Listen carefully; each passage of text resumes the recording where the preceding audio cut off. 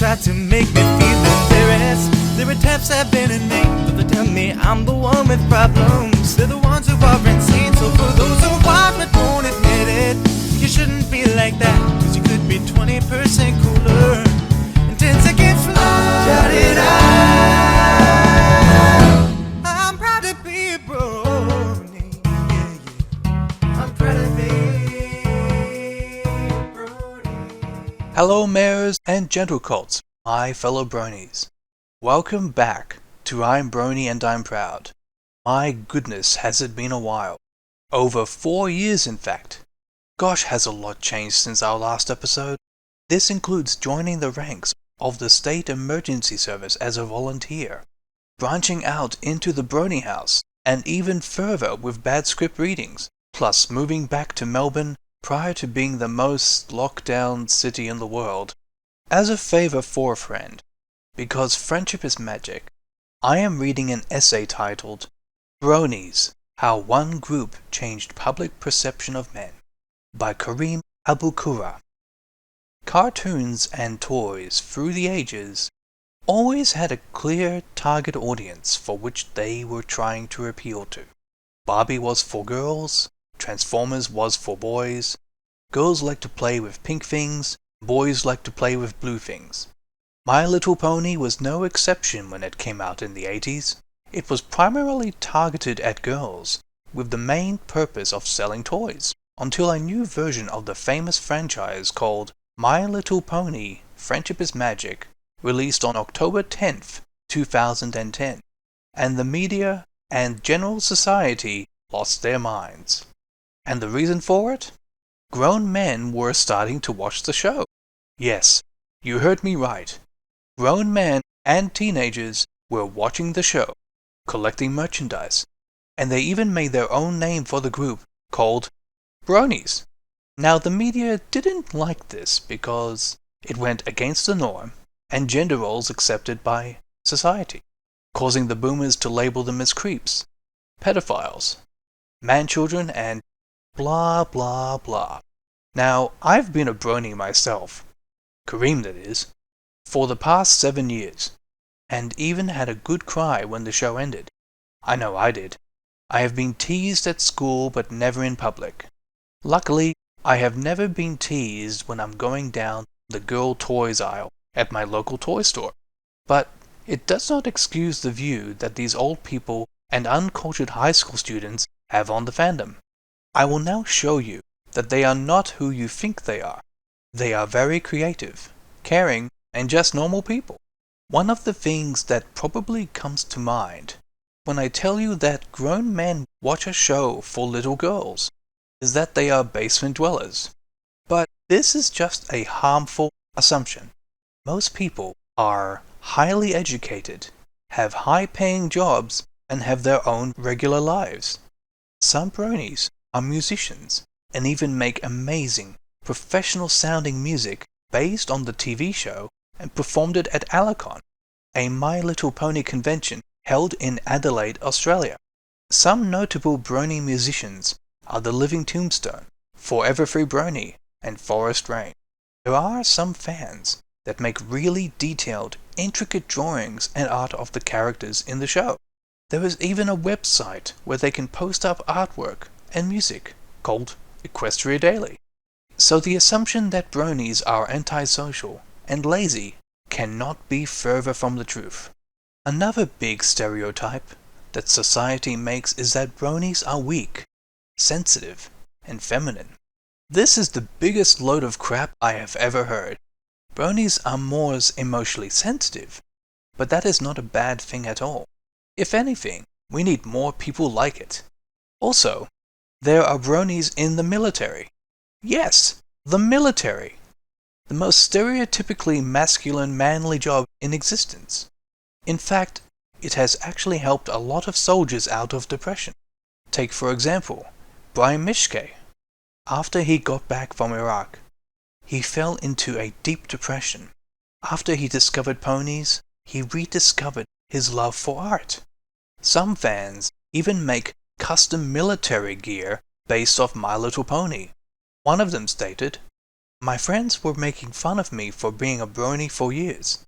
I told them what could be manlier than going around with all the friends with the machine guns and all the tactical gear. Sounds like fire team harmony to me. Lucky note. This just shows that bronies are absolutely not weak and feminine, and are actually quite confident and proud. You could even say, we're bronies and we're proud. Shameless plug. It also shows that the show has great healing powers due to the pure positivity and innocence of the show, pulling people out of depression. It also helps me with my own anxiety. There is another brony that goes by the name of Dusty Cat on YouTube, also known as the manliest brony in the world. He states, I can build and have built custom motorcycles. I play college football. I've been a bodyguard for a science fiction writer. All that. And I watch a show for little girls. If this guy can watch a girl's show for what it is, you can too. This shows that anyone can watch the show, no matter what gender or what interests they have. The last and perhaps the strongest stereotype is that bronies are all creeps and weirdos. Well, some of us are. Lucky note. Although some of us can be weird, it's not all of us.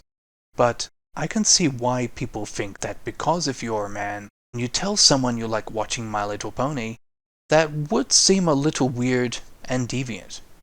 But millions of people love the show for multiple reasons. The story is really deep, and the creators built a whole mythology and backstory for the world that the ponies live in.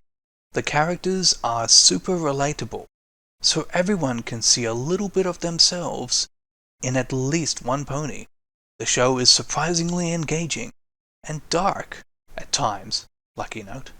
For a kids show, still rated G, homes get destroyed and the characters have epic battles multiple times like the Avengers. So it's really high stakes sometimes. This is probably a really common reason so many men like it. It has similar fantasy elements to The Lord of the Rings and Harry Potter, which is not afraid to get a bit mature. Adults also like watching other animated shows, like Adventure Time and Gravity Falls.